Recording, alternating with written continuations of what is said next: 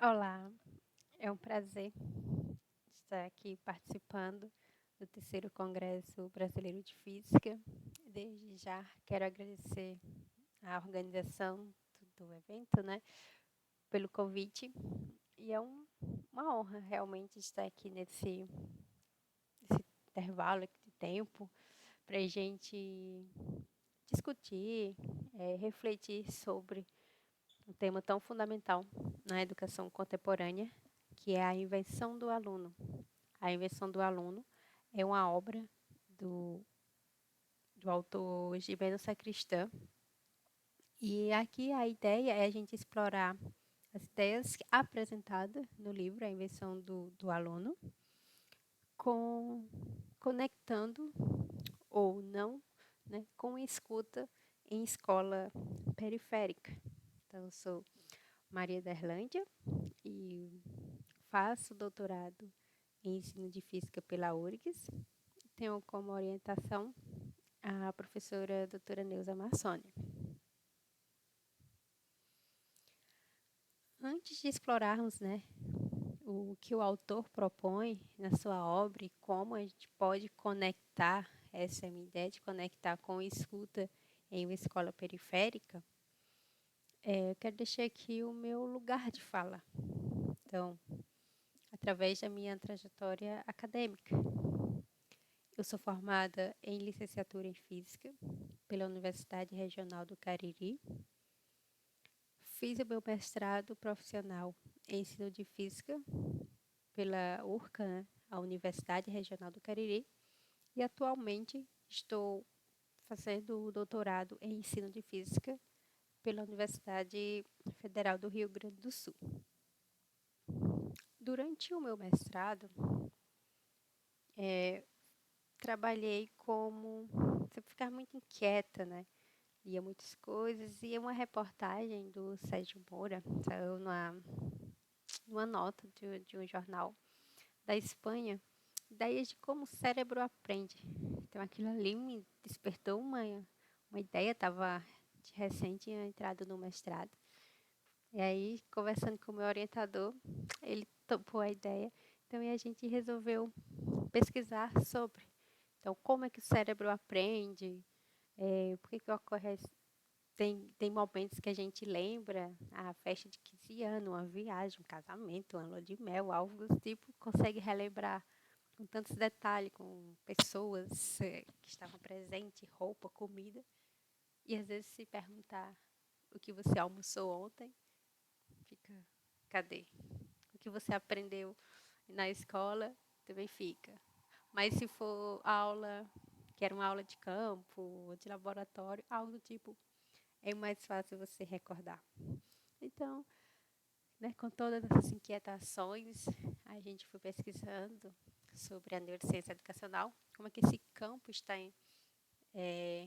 pode contribuir para a nossa área, né, da educação, como pode chegar à sala de aula. Então, com os estudos, a gente adotou os elementos, né, pelo Moura, Consciência e Guerra, foi um dos autores que a gente mais trabalhou. E dentro desse estudo, a gente elaboramos uma sequência de ensino com elementos da neurociência educacional. Como o mestrado era um mestrado profissional, então exige, né, que o mestrando deixe ali um produto. Então, nosso produto, pensando já na temática da neurociência, a gente construiu uma história em quadrinhos. Essa história em quadrinhos, ela difere das que a gente costuma ver, né, costuma ler, porque dentro dos balões ele tem cordel, né, são poesias. Então, é história em quadrinho e folheto de cordel, uma mistura ali dos dois. Só que nesses folhetos de cordel, a gente trabalhou um tema de física moderna. Escolhemos o tema de física moderna pela a relevância que traz, né, na sociedade, como as aplicações que a gente tem no nosso dia a dia, o GPS, por exemplo. Então, a gente quis trazer a física moderna para a sala de aula, na educação básica, que a gente sabe que muitas vezes não dá tempo, por inúmeros fatores. Daí, essa foi a nossa ideia. Na época eu apliquei, estava sendo professora de um colégio de ensino fundamental e médio, mas a disponibilidade de horários, né, só me permitiu aplicar para uma turma do 9º ano desse colégio. Então, o tema trabalhado foi teoria da relatividade restrita, mas o conteúdo que está nesse folheto, ele pode ser aplicado para ensino médio, para graduação. Tem colegas hoje que estão aplicando, né, trabalhando de uma certa forma assim, a teoria da relatividade, iniciando com o folheto construído. Porque todo o capítulo de teoria da relatividade restrita do livro Física Conceitual, ela foi destrinchado nessa história em quadrinho. Então, todos os conceitos estão lá em forma de poesia na nossa história em quadrinho. A nossa história em quadrinho tem esse personagem, né, a Terlândia, o Samuel, a Quênia, a Ju e o jumento teimoso. Na história, eu sou irmã gêmea da Ju. A Ju, ela me ajudou nas poesias. Ela era aluna de C, do nosso orientador, né? Todos tínhamos o mesmo orientador, do Francisco Augusto. O Samuel é professor de física e poeta, então a correção das poesias, das métricas, ele que fez, né, nos ajudou nessa parte mais científica da coisa. A Kênia, ela fez a ilustração. Todos esses bonequinhos, todos os desenhos da história em quadrinho, foi a Kênia que fez. Eu e a Ju fizemos as poesias e o Samuel corrigiu. E o jumentinho teimoso era o transporte de Samuel na história. Então, o folheto é esse. Ele já foi impresso por um projeto de ciência nas escolas, lá para a região, no Cariri, lá no Ceará. E foi distribuída para as escolas municipais lá da região, da cidade de Juazeiro. Aqui são nos versos, né, são todos bem ilustrativos, muitas cores e traz um enredo também, não é só a teoria da relatividade assim, contada, enfim, tem um contexto para envolver os alunos. Esse é o primeiro verso que tem na nossa revista, que é: convido a todos vocês para uma história embarcar. Com Terlândia e Samuel, a aventura vai começar. Na relatividade restrita, uma teoria espetacular. E assim vai. Todos os outros balões são com cordéis. A questão do cordel, né, como eu te falado, que era para neurociência educacional, você pegar, tocar as cores, chama a atenção, prende, já começa a folhear, já começa a querer explorar aquele material. E o fato de ser cordel, né, de ser poesia dentro aí desses balões, vem no intuito disso, que não é uma leitura, é uma declamação. Então, o aluno tem que empoderar a voz, tem que ter todo uma entonação vocal, né, que a declamação dos versos de cordel exige. Então, esse trabalho, ele, né, só com a revista e a dissertação como um todo, antes de concluirmos assim o mestrado, eu fui convidada, eu e meu orientador fomos convidados para escrever um texto de apoio ao professor de física. Os textos de apoio da URGS, ele vem bem sucinto. Vem com ideias, né, bem práticas, como o nome já diz, texto de apoio ao professor de física. Então, neste caso, quando vocês forem acessar, você vai encontrar a sequência de ensino com os elementos da neurociência educacional e como eu apliquei a revista, né, Uma Viagem Arretada. E esse aqui é o Estudando a Relatividade Restrita em Versus Cordel, já é da minha dissertação como um todo, né? Então, a dissertação, esse aqui do meu produto educacional, então, que foram frutos desse trabalho. Hoje, né, o que é que eu pesquiso na URGS? Trabalho também com física moderna, né? Só que a ideia também já agora, né, trabalhar com a neurociência educacional. Então, eu desenvolvo o trabalho agora numa visão histórica e epistemológica da ciência, então é buscando trazer esses conceitos histórico-filosóficos para o aluno compreender, né, que a ciência não é algo pronto e acabado, mas é algo construtivo, né, não é linear e nem é ahistórica. Então, trabalho nesse sentido. O tema de física moderna que também irei trabalhar não foi coincidência, ou não foi pensado, não foi, eu vou elaborar algo de teoria da relatividade restrita no mestrado e aqui no doutorado também. Não. Vou trabalhar um tema de física moderna pela mesma justificativa, sim, né, de considerar que a física moderna tem que chegar em sala de aula. Haja vista as inúmeras contribuições que a gente tem hoje e pouca é vista em sala de aula, né? A gente sabe o privilégio, tanto de física clássica que a gente vê e deixando a desejar um pouco física moderna, de contemplar essa área. Aqui eu fiz um apanhado, fiz uma revisão bastante extensa de literatura para identificar qual era o tema de física moderna que estão sendo pesquisados, sendo divulgados aqui na área. E, por coincidência, deu física da teoria da relatividade, geral ou restrita, seguida de mecânica quântica.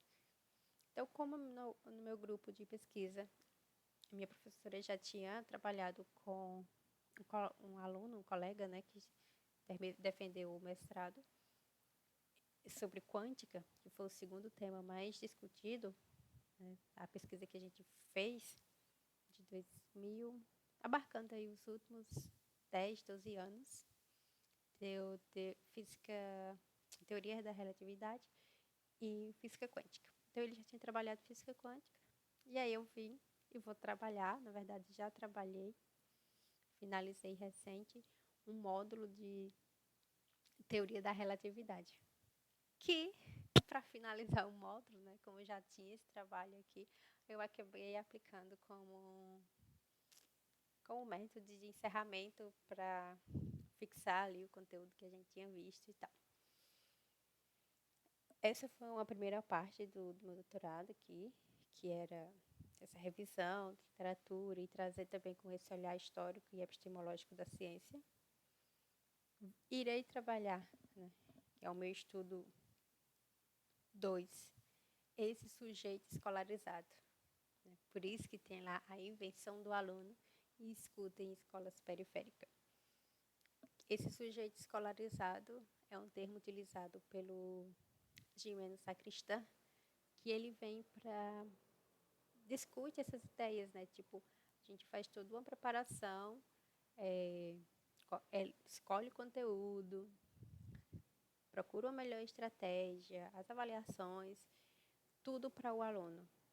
Mas e o aluno, quanto sujeito escolarizado, como é que ele sente? Então, estou nessa parte de escutar o aluno, de ouvi-los. Então, na verdade, eu já fiz, mas estou agora analisando esses dados coletados. E esse módulo, né, de física moderna com história e filosofia, eu tentei fazer com que eles trabalhassem também a argumentação científica do Turing. Essa argumentação, para esse sujeito escolarizado, né, eu precisei fazer essa escuta, de entendê-los, de como a essa junção de universidade, né, enquanto eu, pesquisadora, né, fazendo doutorado, e esse aluno lá da escola básica, da escola periférica, como a gente pode unir, fazer essa aproximação entre universidade e escola, e de modo que a gente possa contribuir através da argumentação científica, saber diferenciar o que é a opinião de um bom argumento. E esse argumento não vai lhe servir apenas para a sala de aula, mas vai servir para a vida profissional, sua vida fora da escola. Então, a ideia era de fazer essa junção. E hoje estou, nesses últimos 2 aqui, fiz a escuta com esses alunos através de grupo focal, indo todo dia na escola, conversava para que eles tivessem contato comigo e pudessem falar abertamente, sem ter cerimônia, né? Sem ter receio de confiar em mim. E a argumentação científica, haja vista, né, também as inúmeros fake news que aparecem, as pseudociências, então foi discutido também isso, através de como o Turing propõe o que é construir um bom argumento. Então, hoje a gente vai falar um pouco sobre o sujeito escolarizado, com base nas ideias do que o Jimenez Sacristán propõe no livro A Invenção do Aluno. Esse é o livro, O Aluno como Invenção, e esse é o senhor Sacristán, que foi professor em Madrid, Salamanca, professor visitante em várias universidades espanholas e estrangeiras. Talvez a obra mais conhecida dele seja a questão de currículo, né, de cultura, mas ele de ensino e educação. E a contribuição dele ainda é bastante inúmeras, né, sobre participação nas revistas de educação. E ele explora essa complexidade do processo educacional. Ele questiona práticas tradicionais, propõe, né, ter ideias de pensar como aquele aluno que está lá sentado, que chega para receber o conteúdo, como é que ele se desenvolve, como é que ele está ali apto realmente para receber, ele quanto sujeito. Então, a invenção do cotidiano destaca essa importância aqui da gente reconhecer a individualidade de cada estudante, para que eles sejam protagonistas e que eles, né, se proponham também a querer aprender, para que eles sejam protagonistas do seu próprio aprendizado. Quando a gente chega em sala de aula, essas cenas são bastante comuns, né? Muito comum, bagunça, dormir, cansaço, chegar atrasado. Hoje, então, mais do que nunca, as fotos, que geralmente fica em uma pasta que nunca mais voltam para ler, a evasão. Isso acontece em diferentes níveis, né? Educação, seja básica, seja superior. Todas essas cenas aqui são normais de uma sala de aula. Então, diante dessas cenas que são normais, porque você atribui para todas elas o nome de quem? Aluno, independente da idade, vai ser chamado de aluno. Sentou na cadeira, de frente lá para o quadro, a postura já muda. A gente, quando está de frente para o quadro, como professor, tem uma postura, quando senta, já vira aluno. Né? E aí, esse virar aluno tem algumas concepções, que é o que a gente vai explorar agora. O Sacristán, ele vem no seu livro, né? Aquele livro é dividido em 2 partes. E essa primeira parte, ele trabalha a questão de como esses menores, ele se refere a menores, todas as crianças e adolescentes, né, jovens, assim, que não seja adulto. Esse é o que ele chama de menor. E aí, esses menores, ele diz que a gente naturalizou. Naturalizou no sentido de, tipo, se o professor fala, né, tem um argumento, tem uma posição, e o aluno fala, se esse aluno, então, for, abre aspas, um bagunceiro, você vai dar voz a quem? Quem é que vai ter razão? E aí ele disse que essa voz desses alunos, seja, de novo, abre aspas, seja bom ou seja ruim, a gente já não importa. Fica todo mundo sendo aluno. Se é, como eu falei, se a gente muda que a postura sai de frente do quadro para sentar lá na cadeira, olhando já para o quadro, a gente é como se essa voz não importasse mais. É como a gente já tivesse naturalidade. Ah, foram os alunos tal. É de não esperar muita coisa deles, né? Então, essa tendência que ele fala de não consultarmos, né, quanto ser escolarizado, quanto significa para ele ser aluno, vai deixando passar. Tipo, já naturalizou isso. E ele fala também que isso é uma tendência na maioria dos países do mundo, não é uma coisa isolada. Tá? Ele faz isso na Espanha, mas a gente vê que não é apenas lá. Aqui também no Brasil é assim. E aí ele se questiona, né? O tempo todo ele vai trazendo reflexões, questionamentos, que eu vou trazer aqui algumas falas desse livro. E como eu tentei articular com a escuta aos meus alunos de uma escola especificamente assim, né, caso particular, que é uma escola periférica da região metropolitana aqui de Porto Alegre. Então, pergunta aqui como é que surge, né? Essas consequências serão sempre positivas? Poderia ser diferente? Quais são as preocupações? Então, quais são os desejos que ele sai de casa para ir para a escola? E quais são os desejos que ele deixa no portão da escola para entrar na sala? Quais são os desejos que o aluno deixa na calçada da escola? Então, traz toda essa reflexão assim para a gente parar, né? Porque muitas vezes, como ele fala, são naturalizados, são ideias rotineiras, cotidianas, que a gente não percebe o quanto isso também poderia influenciar, né? Ou não na questão do processo de ensino-aprendizagem. Então, ele traz que o aluno é uma construção social inventada pelos adultos ao longo de toda a experiência histórica. Porque sempre atrás de um menor vai ter um pai, vai ter um professor, vai ter o cuidador, vai ter a legislação, vai ter todo um mundo adulto que vai ter o poder de organizar, decidir a vida daquelas pessoas não adultas. E essas não adultas, né, esses menores, tipo, eles não têm maturidade, esses menores, né, esses não adultos, são vistos como não têm maturidade, são irresponsáveis ou que não têm a credibilidade. Isso às vezes até pelo tamanho da pessoa. Você já olha, não, ele é um aluno, uma criança ali.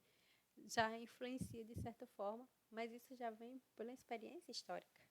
Então, como a gente pode quebrar essa barreira? Até que ponto a gente pode ter uma relação mais assim, horizontal, né? E não de hierarquia? Ele traz que a origem da palavra alunos, né? Ele vem do verbo alere, que significa alimentar. Então, o aluno sempre será alguém se alimentando. Ele tem sempre que ter alguém ali para ensiná-lo. E ainda ressalta que o aluno é um ser carente, vazio daquele que pode ser preenchido, pedra disforme, ser esculpida ou estruturada para construir. Não seria uma tábula rasa, mas seria no sentido de que ele precisa ter alguém ali para que ele seja alimentado, algo que possa beneficiá-lo. E quem vai beneficiá-lo, né, quem vai proporcionar tudo isso a ele, seria a presença de um adulto. Como eu já falei, professor, pai, cuidador. Então, o aluno seria um ser carente, um ser que precisa ser alimentado. Durante a pesquisa, é que esses dados são de 2020, 2021. Não, esses dados são de 2021 para 2022.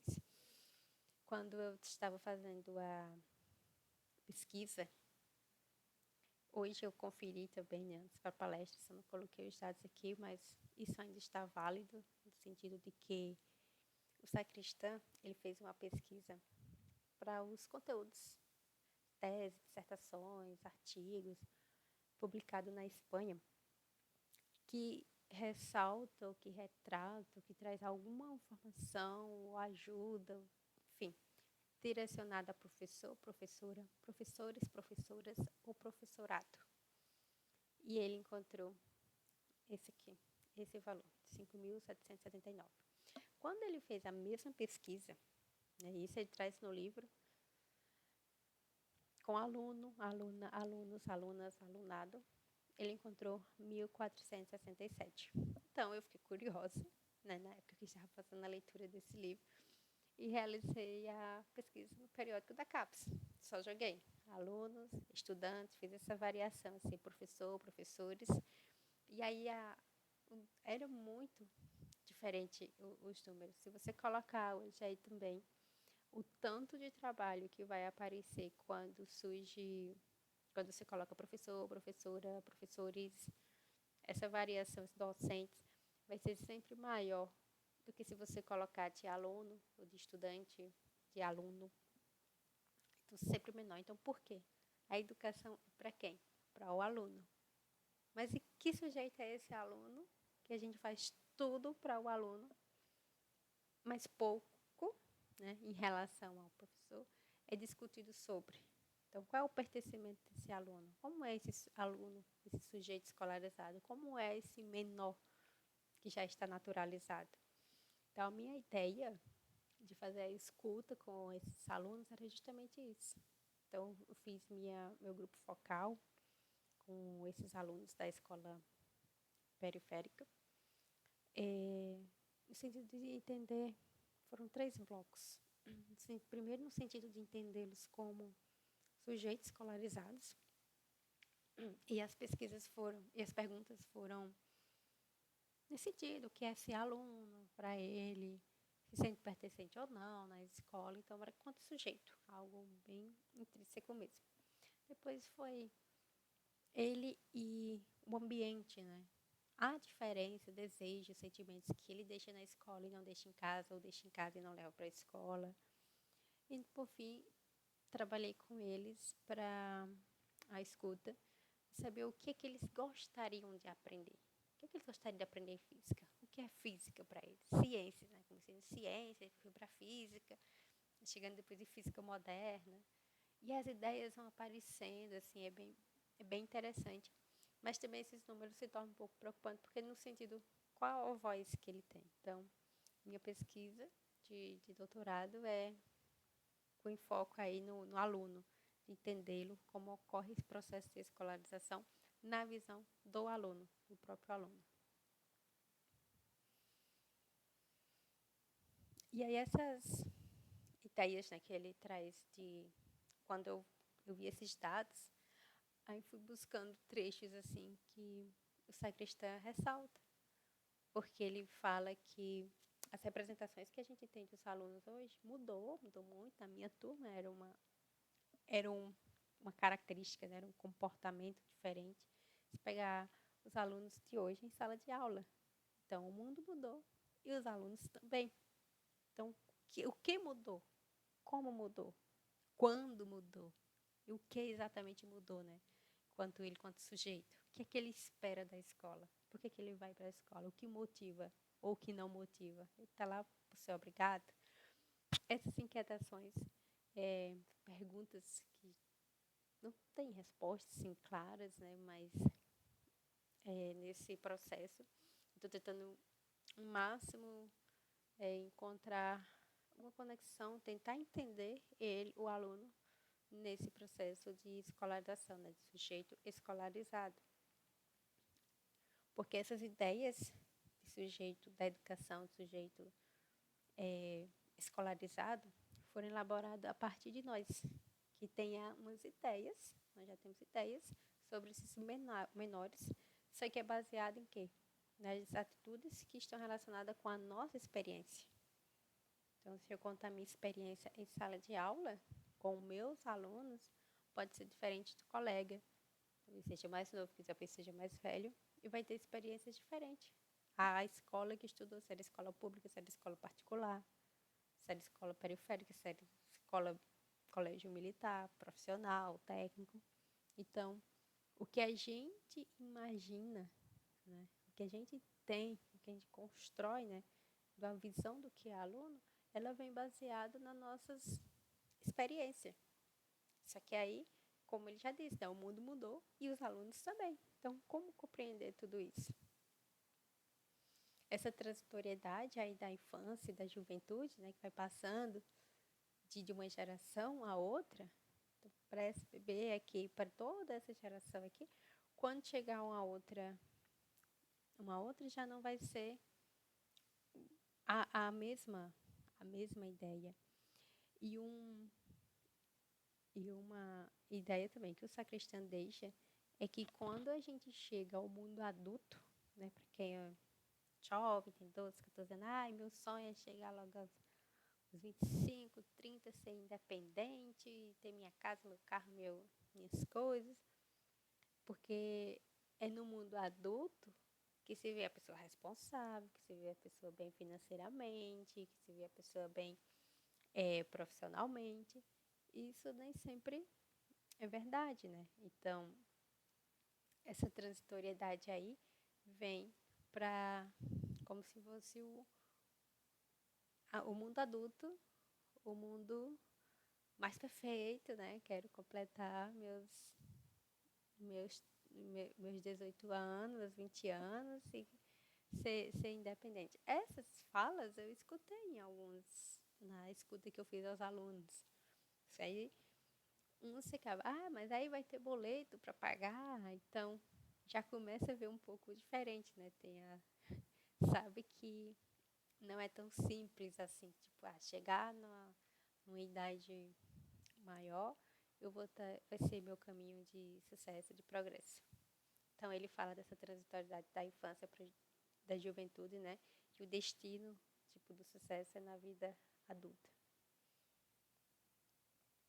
Então esse ciclo vital que ele traz é que antes, né, muito antes, na verdade, que o ser humano chegasse a considerar esse menor como um ser cujo desenvolvimento estava determinado pela cultura, duas ideias básicas guiavam nisso tudo, né? Na primeira era que os seres vivos ele tem esse ciclo vital que começa no nascimento e que com o tempo se transforma nos seres adultos e vão terminar no seu ciclo com a morte. Esse é o ciclo normal. E a outra é de que a natureza humana, a forma de ser, de compreender, de se comportar, de falar, pensar, de sentir, tudo isso, ela é flexível e é susceptível a ser influenciada por um meio que ela vai estar. Então, no decorrer do processo de chegar a ser adulto. Esses dois caminhos influenciam, né, da fase aqui da criança, da adolescência, e para chegar aqui ao adulto. Então, esses pressupostos, né, fazem de que o senso comum, que a partir dessas premissas, ainda tem também a questão das desigualdades, porque a forma de se comportar, pessoas que vivem na comunidade, para quem vive em cidade grande com boas condições de vida, a, a riqueza cultural é diferente para cada uma delas. A diferença econômica também pode ser diferente. E isso tudo vai, entre aspas, moldando aquele sujeito, né, para o adulto que ele vai se transformar. Então, existe esse poder de influência e o fato de propor como uma meta de desenvolvimento humano nesse sentido de idealizar o aluno. Então, o sacristão ele traz que a estrutura do meio para o sujeito vai ter essas variações, onde esse S aqui seria o meu sujeito, o aluno, vai estar influenciado por família, pela escola, pelos seus grupos, né, sua turminha, e pelo meio social geral. Então, a gente, né, no meu caso, quando escutei, havia muita dificuldade familiar. E quanto mais dificuldade familiar, quanto mais problemas familiares o aluno relatava que tinha em casa, mais refletia em sala de aula. Muito. Ah, problema do que se imaginasse de fome, de violência, de abuso, tudo isso que o aluno sofria em casa, na família, na escola, era refletido. Seu comportamento também era refletido e o grupo com que ele se envolvia também. Então, tem essas variações no tempo, na cultura e no ambiente. Porque além de ter todo esse conjunto aqui, ela vai variando. Esses problemas familiares vão mudando, variedade no ambiente também e as variações culturais também vão mudando ao longo do tempo.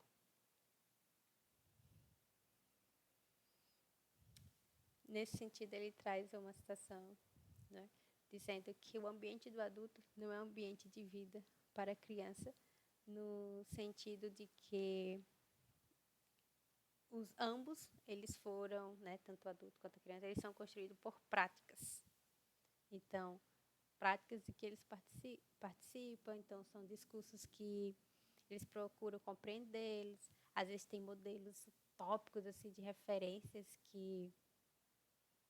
mas que elas vão se ligar de uma outra certa forma. Então, trazer esse no sentido que o adulto, ele também é criança, ele pode ser criança, ele pode chorar, ele pode se divertir, ele pode brincar. E a criança também, ela pode ter atos responsáveis, né? Seguir uma rotina. E aí essa citação é só no sentido de que não é um mundo fixo, o adulto é aqui e da criança é aqui e acabou. Não, mas que existe essa possibilidade de elas se interligarem, se cruzarem. Não é a idade, não é o tamanho que vai impedir aquilo, mas só no sentido de que o ambiente ele vai interferir em todo esse processo, né, tipo, do nascimento até a sua morte. Ele vai construindo tudo isso quando está na infância, né, que vai em contraposição à do adulto. Geralmente recebendo muitos não. Não faça isso, não faça aquilo, não faça aquilo. E aí são nessas contraposições de famílias que são mais flexíveis, outras não. E é através dessas contraposições de sim e de não se permitido aí do adulto que vai se construindo aí, formando esse sujeito menores naturalizados, né? Para determinar nessa construção, né, da, da infância, assim como um todo, o autor ele traz 3 condições. A primeira condição é que vive o sujeito, as práticas sociais e educacionais e a análise do discurso. Esse primeiro, nas condições em que o sujeito vive, isto é descobrir quais a origem das práticas, de se relacionar com eles na vida cotidiana, as instituições. E nesse do 2 aí, práticas sociais e educacionais, é como essas práticas estão ligadas a outras mais globais, né? Como elas se relacionam no todo, no funcionamento da sociedade em geral, o que é sociedade, o que é comunidade, quais são as regras que tem nelas. E, por fim, é como as crenças do senso comum que governa a nossa vida, elas nos proporcionam essas disciplinas científicas sobre criança, do que seja, e os jovens, né? Do que é ser criança, do que é ser jovens. Então, diante dessas, né, e algumas ideias aqui já expostas, qual seria, então, o nosso papel enquanto professor, enquanto educador, a gente ter esse olhar, né, como a gente pode ter esse olhar para as realidades das escolas? E ainda olhar para as realidades das escolas de periferia, que aí, diante de tudo isso que eu falei, questão de diferentes culturas, né, sociais, econômicas, influencia. Então, como ter esse olhar, essa sensibilidade, né? Sendo que os desafios de falta de recursos são imensos. A violência, a desigualdade, a fome, a evasão. A escola em que eu fiz essa escuta, muita evasão. Os alunos existem muito e eles me falaram que essa evasão, né, por lá, o ponto de vista do aluno é que, professora, a escola é boa, a educação é boa, mas a gente tem, e isso demora para a gente crescer na vida por educação. Mas a gente tem fome, é agora. Então, tipo, essas falas, tudo que eles me contaram, ressalta essa sensibilidade, essa diferença de aprendizagem, comportamento. O aluno às vezes está sonolento, que não vai para a escola. Então, eles falam que é evasão dos colegas ou que eles faltam à escola, porque às vezes precisa ter o que comer naquele dia. Então, quando isso acontece, eles faltam à escola. E às vezes desistem porque, como eles falaram, né? A gente tem fome, é agora. Então, ter esse olhar para lá, essa escuta ativa desses alunos. Então, como identificar essas necessidades, como criar estratégias que envolvam o processo de ensino-aprendizagem para que muitos possam, né? Há a possibilidade, veja a possibilidade de sair do mundo das drogas, da violência, para ir pelo caminho da educação científica. Então, o meu estudo, a minha pesquisa, ela tenta ter esse olhar assim, um pouco mais sociológico e de tentar envolvê-los, né, ao longo desse período. Eu lembro que quando eu comecei a escuta, era sala de terceiro ano, não tinha 10 alunos. E isso, eles estavam falando que tinha muito, para 6, 7 alunos no máximo. À medida que conversando, ia vendo e cativando, terminei a escuta com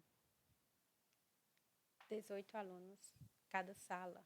Então, foi um resultado assim, bem surpreendente no sentido só deles quererem ir para a escola, de estarem ali na escola. Porque muitos também já não tinham mais motivação para ir, não via sentido estar na escola, porque era um resultado a longo prazo. E como eles falavam, eles precisavam do hoje, né, do agora. Então, fazer essa escuta ativa seria o quê, né? Escutava ali o aluno, respeitar, ouvir quais são as perspectivas dele, perspectivas do aluno, do seu planejamento, como é que eles estudavam. E o fato de ouvi-los, eles se sentiam importantes. E ele, professora, você vem aqui mais vezes? Eles só queriam se tornar importantes no sentido de se tornarem mais engajados e se tornavam mais motivados. E a gente começou a ver, pelo próprio fato de ter aumentado só o número deles, né, de alunos irem para a sala de aula e para a escola, como potencializa no sentido deles terem um pertencimento com a escola, como eles podem se verem ali importantes, né, se verem ouvidos. E eles falavam isso, tipo, poderia ouvir mais, a gente tenta falar, não escuta. E foi bem marcante, assim, todo esse processo, né, como pôde contribuir, fazendo apenas escutá-los. No livro, o Sacristã, ele deixa algumas perguntas, assim, questionamentos, né, para a gente refletir. E essas reflexões eu debati com os alunos também. Tipo, quais desejos deixam sair de suas casas e quais desejos deixam nas portas das escolas. Qual é a imagem que temos da infância ou dos adolescentes escolarizados? Quando a gente diz, imaginei um aluno do ensino médio. O que é que você imagina dele? Qual a imagem que ele vai passar? Que geralmente a gente constrói assim, fazer pergunta. Me descreva aí como é um aluno de ensino médio. E aí já vai ter umas descrições que geralmente são quase iguais assim para o que todo mundo pensa, né? Por essa vivência, por essa nossa construção, por essa nossa percepção individual que acaba sendo passada aí ao longo da história e a gente continua com esse pensamento, né? Então, como foram configuradas essa ordem sociocultural em torno do aluno? O que foi lembrado e o que foi esquecido? Então, tentei formular essas perguntas assim de um jeito mais claro, de um jeito mais direto assim para os alunos. E a gente também discutiu isso sobre desejo que deixa em casa, que deixa na porta da escola. Uns nas escolas se sentem livres, outros nem tanto. E estou nessa análise, né? E as respostas, né, como eles falavam, como se sentiam, algumas são bem marcantes. Então, nesse sentido, eles trazem a questão da linguagem, né? O aspecto também cultural. A gente percebe quando eles vão falando essas representações do mundo dele, especificamente dessa da escola periférica. Então, tem um jeito de se comunicar, tem essas culturas ali enraizadas, né? Então, a aprendizagem, o ensino, a disciplina, esses interesses, a motivação, o fracasso, a qualidade de ensino, tudo isso é diferente para esses cidadãos de determinada região. Se eu pegasse essas mesmas perguntas e levasse, por exemplo, para um colégio particular, né, de classe média alta, com certeza as respostas seriam outras totalmente diferentes, provavelmente. Então, quando a gente fala que a questão de aluno, estudante, né, a gente se prende muito ao fato da realidade imediata, esquecendo que aquele aluno, que aquele estudante, também é um ser que tem suas complexidades, seus anseios, suas ansiedades, seus desejos, seus sonhos, né? E essa categoria aqui, aluno, a gente deixa assim de forma muito natural, que é a forma dele viver a infância ou a adolescência. Então, ela, nesse sentido aqui também vai trazendo suas variações culturais, tanto na forma que eles vão conceber esses menores, né, quanto na forma de ser aluno. Nessa leitura, me veio... ele trouxe outras reflexões, né, no sentido de trazer que a infância tem um modo de ser, de pensar e de sentir de formas diferentes. E a posição da criança é como se fosse a de um homem sem direitos civis e sem ambiente próprio. É um extrasocial que todo mundo pode tratar sem respeito algum, insultar, açoitar, castigar, porque a gente sempre vai ter, o adulto vai ter sempre o poder de autorizar, de estar ali, é o que vai mandar, é o que vai decidir a vida do menor. Quando o adulto faz isso, ele emergem aqui 3 características, né, assim, principais.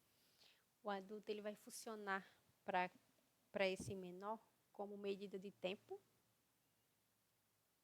para intercalar o que é o tempo certo para cada coisa. O autor ele fala que vai ter um comportamento diferenciado na questão dos próprios, da família, né, dos progenitores e todos os adultos com os recém-nascidos.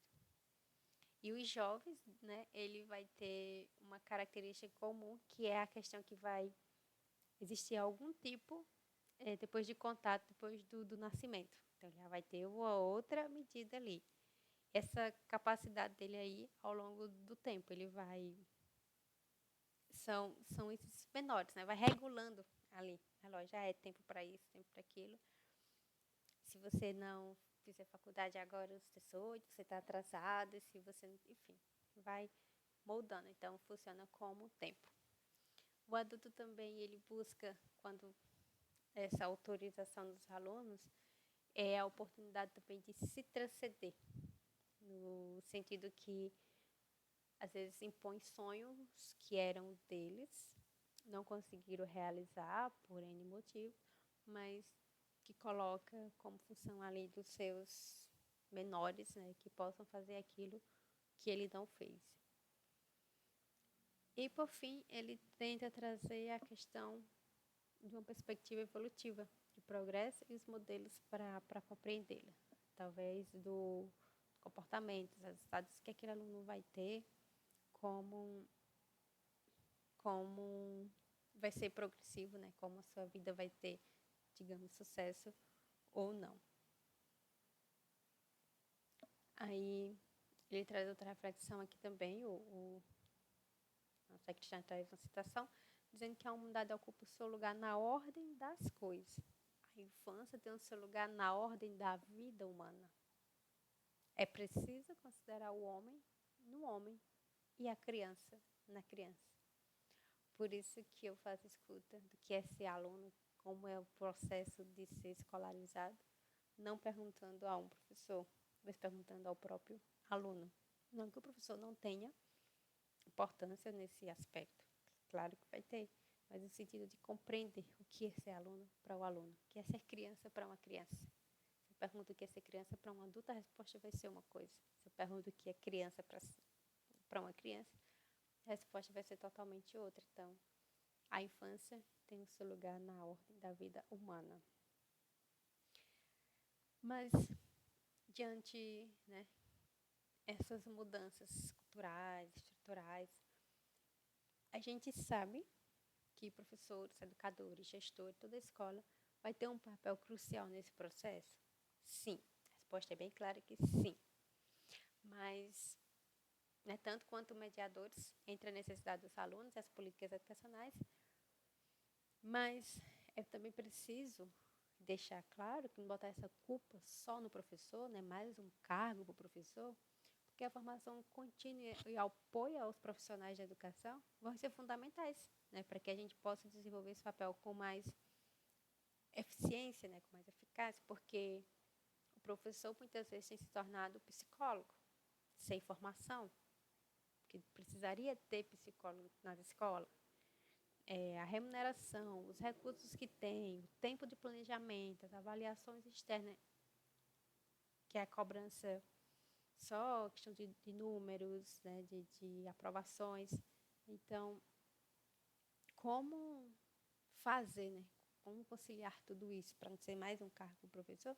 A gente tem que ter uma formação contínua e ter apoio aos profissionais, ter psicólogos nas escolas, terem uma base ali para que dê sustento. Porque não só é o professor que vai escutar ali o aluno, aquele professor que nem mal tem tempo de planejar uma aula no laboratório para estar parando e escutando 40, 50 alunos. Então, eu sei que é uma situação bem complexa, mas essa parte de ter ali um retorno, de escutar o aluno, também é bem importante. Então, como a gente pode conciliar tudo isso, né? Então, esse é o nosso grande questionamento, um grande problema que a gente tem que procurar estratégia, esse caminho para pelo menos amenizar isso. Porque a gente sabe que essa posição é cultural, né? Essa natureza influenciável dos menores, o ambiente que ele vai estar, construção do sujeito na escola. Então, é bem complexo. E a gente sabe que o homem é a única criatura que deve ser educada, como diz o Kant, né? E os seres humanos, então, eles não nascem já determinados. Então, ele vai aprendendo, vai se construindo ao longo da sua, vai sendo influenciável, né?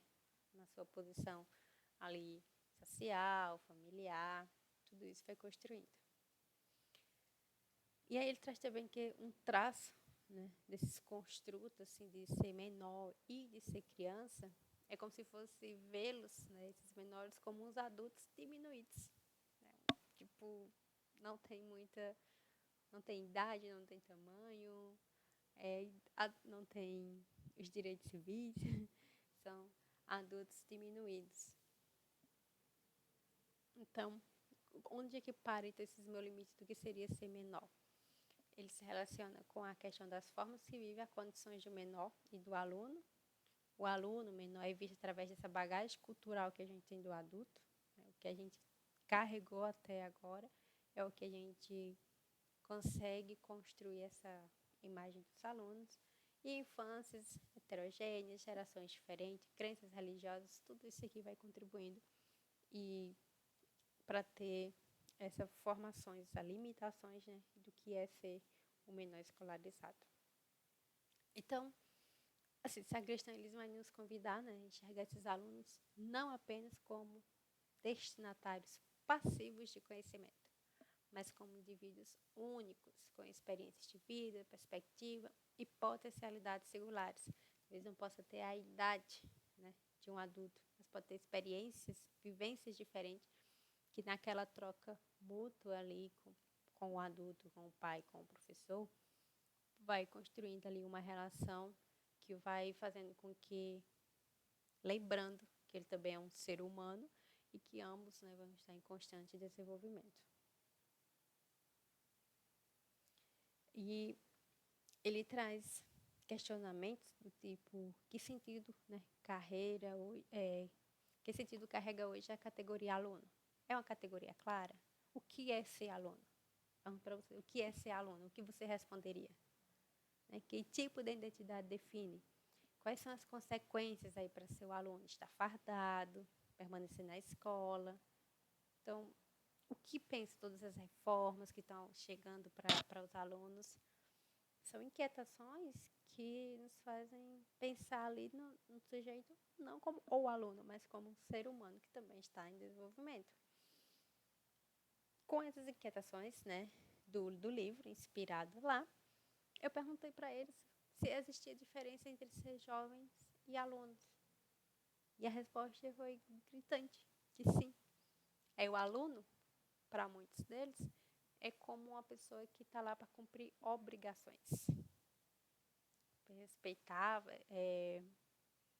cumprir regras. Fazer as tarefas, cumprir regras, obrigações. Já jovem, eles dizem que o jovem, eles podem errar sem medo e sem ser taxado como bom ou mau aluno. O jovem, onde eles estão lá para... É uma fase de fazer novas experiências, de tentar construir algo. E se dá errado, tudo bem, faz tentar outra coisa. Mas são identidades, né, para eles, são conceitos totalmente diferentes de ser jovem e ser aluno. Diante de todas as problemáticas, né, então, que a gente sabe que na escola é presente, a cultura escolar, ela vai ser mais um desses elementos também, né, de fatores. Isso aqui aí, a questão do currículo, a questão da cultura, a questão da carga horária, os problemas que vão tendo, assim, a gente vê nesses fatores que condicionam essas atitudes dos alunos, esses processos são discutidos. Agora, quando envolve a questão de ensino-aprendizagem e as atitudes, pensamentos, o que é ser aluno, de entender o sujeito na sua subjetividade, muitas das vezes são imperceptíveis, porque já está naturalizado. São os alunos. São os números, né? Então, tentar rebuscar esse olhar, fazer essa escuta, né, ativa, para tentar identificar o que é ser aluno como um ator, né, pode, né, facilitar a questão do aprendizado, pode não apenas melhorar ou fracassar suas ações, né, atuações na escola, mas ele traz que a maneira de viver nela é que faz o ator. Então, é ver o aluno como sujeito protagonista, o sujeito ator, mas para isso acontecer, a gente precisa ouvir. É igual de um argumento, para a gente poder saber argumentar bem, poder falar bem, um momento a gente teve que parar e escutar. Porque aquilo talvez não fosse importante para mim, vai mudar a minha vida. Mas para aquela pessoa que preparou algo, que está ali, que quer falar alguma coisa, para ela é importante. Então a gente escuta, né, pelo respeito, pelo que o outro tem ali a falar. Então, nas salas de aula, o dever vai imperar sobre o prazer, é o que a gente vê. E a gente assume um papel de autoridade, que é capaz de negar, permitir, vai liberar o banheiro, não vai, de domar as manifestações espontâneas que o sacristão traz. E Muitas das vezes quando essas regras aqui são desrespeitadas, que realmente, né, vivemos em sociedade, tem que ter regras, tem que ter os limites e tal. Mas ele fala que essa presença e naturalidade, o castigo, né, são traços da prática educacional que, mesmo depois de passar do século XX, ainda consegue predominar nas salas de aula. Então, aqui a gente traz uma reflexão, né, para a gente sair desse momento assim, que é, tá, queremos escutar o aluno como pertencente, fundamental a esse meio, constante, a mudança cultural, social e econômica. E o que a gente acredita, né, que os resultados que a gente vai obter nesse sentido é que, às vezes, não é preciso fazer grandes mudanças para compreendê-las. Basta olhar a história ou simplesmente olhar ao nosso redor. É essa a nossa ideia, essa reflexão, então, que a gente consiga perceber, enxergar mais as pessoas que estão ao nosso lado e ouvi-lo também. Então, o ato de ouvi-lo vai uma, uma horinha, um minutinho assim, talvez era o que ele precisava para se tornar importante, ter se sentir pertencente àquilo, né? No caso aqui na escola, em sala de aula.